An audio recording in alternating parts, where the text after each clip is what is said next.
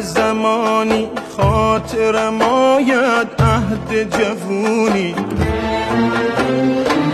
از دو چشمم میچکه هرگاه قطره خونی. یادم آید چهره صاف و گونه سرخم، اما افسوس زان همه خوبی نیست یه نشونی.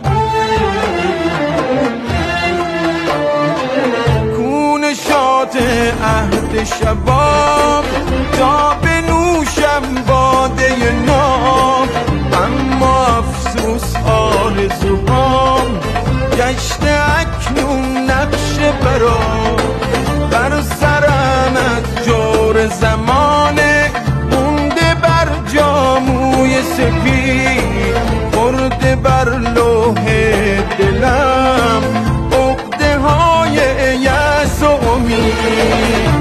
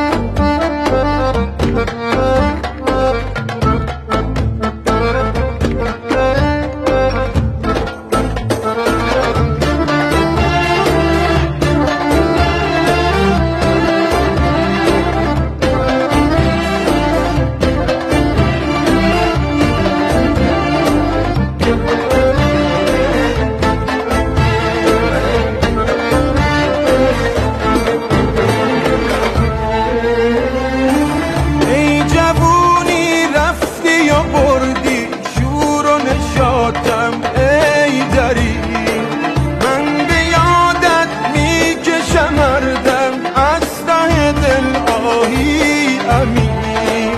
کاش که میشد یک دفعه دیگه با تو بشم من رو به رو، شرح حال پیری و سستی با تو بگویم مو به مو.